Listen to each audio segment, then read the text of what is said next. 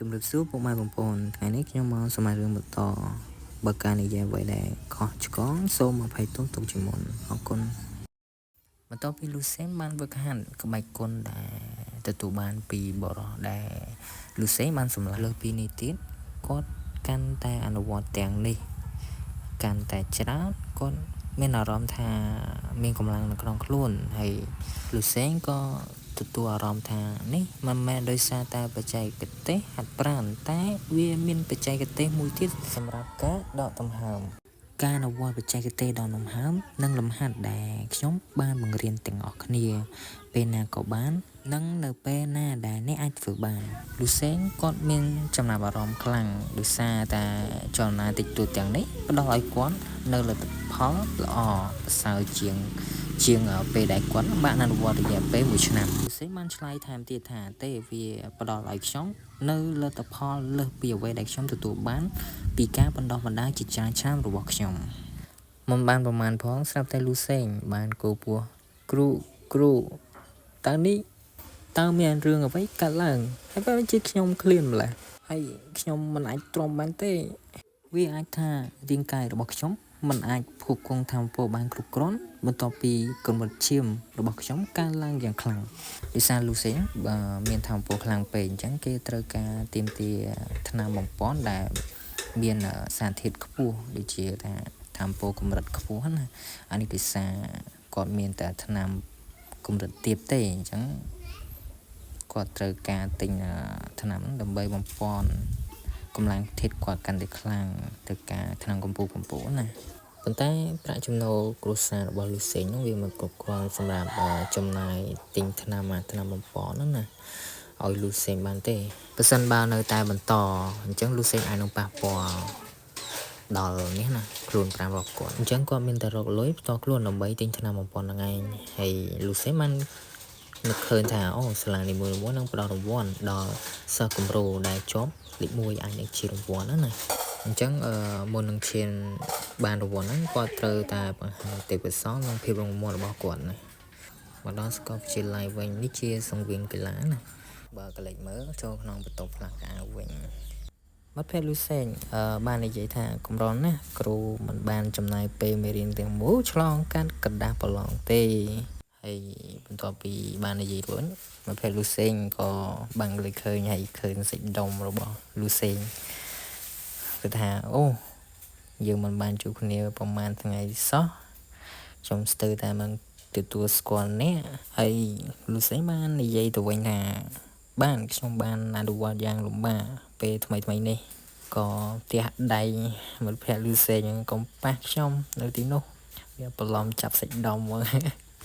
លូសេងបានបន្តនិយាយអូសក់ខ្ញុំវិញហើយមើលទៅខ្ញុំគួរតែកាត់វាចោលហើយមិត្តភក្តិលូសេងបានបន្តនិយាយទៅលូសេងអ្នកទៅតែបានបដិបដាសម្រាប់មេរៀនបញ្ចុះបន្តនៅផ្ទាល់ថ្ងៃនេះទេហើយសម្រាប់សក់វិញទុកទៅវាលយដើម្បីទាក់ទាញក្នុងការចាប់អារម្មណ៍របស់មនុស្សស្រីលូសេងបាននិយាយវិញថាកុំទៅខ្វល់ហើយយើងត្រូវតែខិតខំ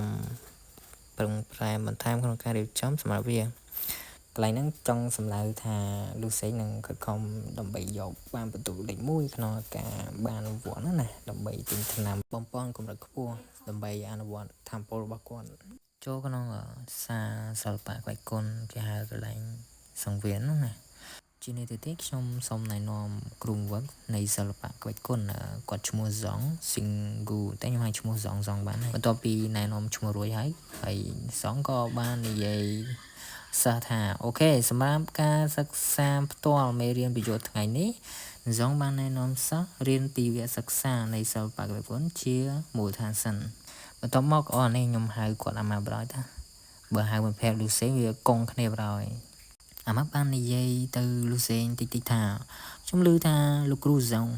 គាត់ជាអ្នកក្បាច់គុណថ្នាក់ទី2ណាហើយគាត់ថែមទាំងបានតស៊ូប្រឆាំងនឹងសត្វចម្លែកនៅលើស្មរភូមិពីមុនហើយក្លេចមើលរបួសស្នាមដៃរបស់គាត់ទៅដឹងហើយបន្ទាប់មកលូសេងបានគិតលើលោកគ្រូហ្សងថាវិចិត្រករក្បាច់គុណថ្នាក់ទី2ប៉ុន្តែក្បាច់គុណរបស់គាត់មើលទៅសាមញ្ញពេកហើយអ្វីក៏ដោយដែលខ្ញុំបានសូបចេញពីក្តីស្រមៃរបស់ខ្ញុំគឺអស្ចារ្យជាងនោះទៅទៀត បន្ទាប់ពីយូសងបញ្ចេញក្បាច់រួចហើយអញ្ចឹងហ្សងបាននិយាយទៅសិស្សថាមិនអីទេខ្ញុំបានគ្រប់10ចំណុចសំខាន់ទាំងអស់រួចហើយហ្សងក៏បានកលេចឃើញមានកូនសិស្សមួយអញ្ចឹងគាត់បានចង្អុលយ៉ាយីហ្វីធ្វើជាដៃគូប្រយុទ្ធរបស់ខ្ញុំសម្រាប់បាតកម្មនេះហើយយីហ្វីបានក្រោបបាទលោកគ្រូគេដើរមកចេះរៀងសង្ហាមកអូនថាវ៉ាវសង្ហាម្លេះសង្ស័យទីទៀតត្រូវតបងផុសលូសេមកទៅហើយសម្រាប់មកបានសុបគ្នាទៅលើលីយីហ្វីណាគេថាឯនឹងជាក្មេងឆ្លាតក្នុងសាលាគេណាទីទៀតត្រូវតបងហើយទីទៀតមកក៏រអ៊ូដែរថាមិនមែនគាត់ម្ដងទៀតទេហើយគាត់តែទទួលបានឱកាសដើម្បីបង្ហាញគាត់ទាំងសង្ហានិងសម្បូរស្នេហ៍ទៀតតើនេះយុទ្ធធម៌យ៉ាងណាហើយអាហារបំពន់ទាំងអស់ហ្នឹងដែរគាត់បានយកមកតទៅពេលនេះបានដំណើរការល្អហើយកម្រិតឈាមរបស់គាត់ហ្នឹងចិត្តទៅដល់ 1.2 ណាអានឹងកម្រិតឈាមគាត់អាម៉ាប់ក៏រអ៊ូទៀតហ្នឹងហើយគ្រូបង្រៀននៅសាលានេះមានភាពលំអៀនណាតើយើងនេះជាអ្នករួមដំណើររស់ដោយរបៀបណាត្រឹមត្រូវហើយបើខ្ញុំនៅតែចាស់ខ្ញុំគ្រាន់តែអាចរអ៊ូទាំងអំពើជោគវាសនាអាចយកទៅធម៌របស់ខ្ញុំប៉ុន្តែនេះវាខុសគ្នាណាពិសេសបានសម្លឹងទៅមើលហើយនិយាយថាខ្ញុំនឹងប្រយុទ្ធហើយខ្ញុំនឹងទទួលបានអ្វីគ្រប់យ៉ាងដែលខ្ញុំចង់បានបន្ទាប់ពីបញ្ចេញក្បាច់គុណរៀងខ្លួនមកអញ្ចឹងហ្សងបាននិយាយទៅយីហ្វីបញ្ឈប់មិនអាក្រក់ទេចលនារបស់ឯងគឺល្អណាស់មានបញ្ហាតិចតួចណាស់មួយចំនួននិងមានកន្លែងដែលអ្នកដាក់ចំណុចកណ្ដាលនៃទំនាញរបស់អ្នកខ្ញុំនឹងកែតម្រូវពួកគេបន្ទាប់ពីថ្នាក់ធ្វើការឲ្យខ្លាំងហើយឯងនឹងរីកចម្រើនដល់កម្រិតកម្ពស់កាន់តែច្រើនហើយយីហ្វីបានអរគុណហើយនឹងយកព្រមឲ្យសមការណែនាំរបស់លោកគ្រូហ្សងបានបន្តទៀតយើងនឹងបន្តទៅការប្រយុទ្ធផ្ទាល់ខ្ញុំនឹងយកសិស្សមួយចំនួនមកវាយជាមួយឯងអញ្ចឹងហ្សងបានកលេចទៅមើលសិស្សដែលនៅអង្គុយអញ្ចឹងបានសួរអ្នកណាខ្លះចង់វាយជាមួយយើងធ្វើខ្លះហើយពួកសិស្សហ្នឹងក៏ងាកក្បាលចេញទាំងអស់ដោយសារឆ្នាំទៅដឹងថាប៉ែតហ្នឹងវាខ្លាំងស្រាប់អីអញ្ចឹងអត់ហ៊ានលេងមួយវាទេហើយអាម៉ាប់ក៏រអ៊ូទៀតដោយដែលខ្ញុំនិយាយអញ្ចឹងហ្សងបានរអ៊ូរាល់ពេលដែលខ្ញុំនិយាយអំពីការប្រយុទ្ធផ្ទាល់សិស្សនឹងភ័យខ្លាចហើយពួកគេធ្វើសកម្មភាពដូចនេះគ្មានវិធីណាដែលខ្ញុំអាចបង្រៀនពួកគេបានទេបើសិនបើពួកគេបន្តធ្វើដូចនោះអ្វីត្បិតតែសាលាបង្រៀនពួកគេពីរបៀបបណ្ដុះឈាមនិងហាត់ក្បាច់គុណអ្នកដែលគ្រប់គ្រងដើម្បីចូលក្នុងជួរកងទ័ពបន្ទាប់ពីបញ្ចប់ការសិក្សានិងបន្តដំណើររបស់ពួកគេដើម្បីក្លាយជាកម្ពុជាអ្នកប្រយុទ្ធភាគច្រើនជាសិស្សឆ្នាំគេថាខ្ញុំលង្អៀសទៅរកសិស្សពូកែប៉ុន្តែគេមិនធ្លាប់គិតពីវាដោយប្រយ័ត្នប្រយែងទេក្រៅពីលោកយីហ្វីតើអ្នកណាទៀតដែលសុខចិត្តក្របឈរចំពោះការប្រជុំស្រាប់តែលូសេងបានសម្លឹងទៅលោកគ្រូឡើងភ្នែកគុំអាណាអញ្ចឹងហើយលោកគ្រូហ្សងក៏សម្លឹងមើលមិនដាក់ភ្នែកថាជុំយ៉ានេះស្លឹងមើលឯងគុំឯងពីការតាមពិតគាត់ស្លឹងមើលតាមក្មេងប្រុសនោះណាតើការមើលនេះជាអ្វីហើយវាដូចជាគាត់មានវាបត់ពិសោធន៍ក្នុងការប្រយុទ្ធអញ្ចឹងមិនអីទេខ្ញុំនឹងជ្រើសរើសយកសិស្សនេះតាហ្សងក៏បន្តនិយាយយើងមានសិស្សដែលមានសក្តានុពលបែបនេះនៅក្នុងថ្នាក់របស់យើងបានចោលទៅលូសេង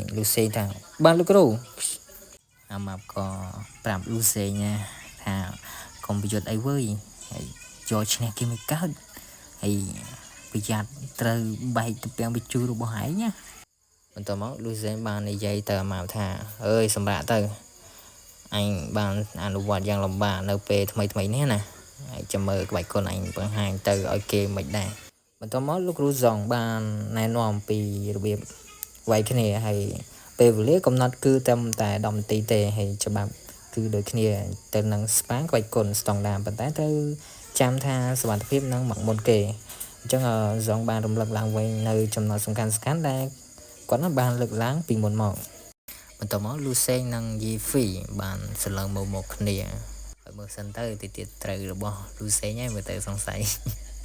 បន្ទាប់មកលោកគ្រូហ្សងបានសង្កេតមើលគិតក្នុងចិត្តថាគាត់មានភាពស្ងប់ស្ងាត់ណាស់ ទោះបីជាគាត់ប្រហែលជាអ្នកមាន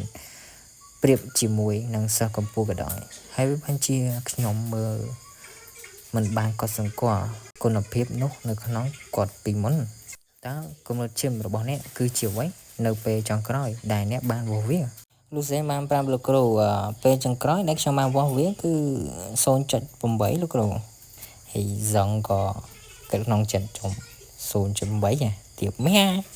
ហើយមើលទៅមិនដូចកម្រិតឈាមរបស់គាត់នៅត្រឹម 0.8 ទេតើខ្ញុំវិនិច្ឆ័យខុសមែនឬអត់លោកគ្រូសងបាននិយាយបន្ត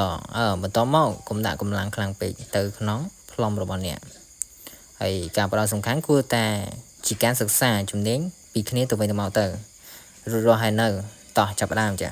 បន្តមកយីហ្វេងបាននិយាយទៅលូសេងថាតើឯងត្រៀមខ្លួនហើយឬនៅលូសេងតើឯងបានស្ដាប់គ្រូពីមុនទេហើយកុំប្រើដៃដើម្បីទប់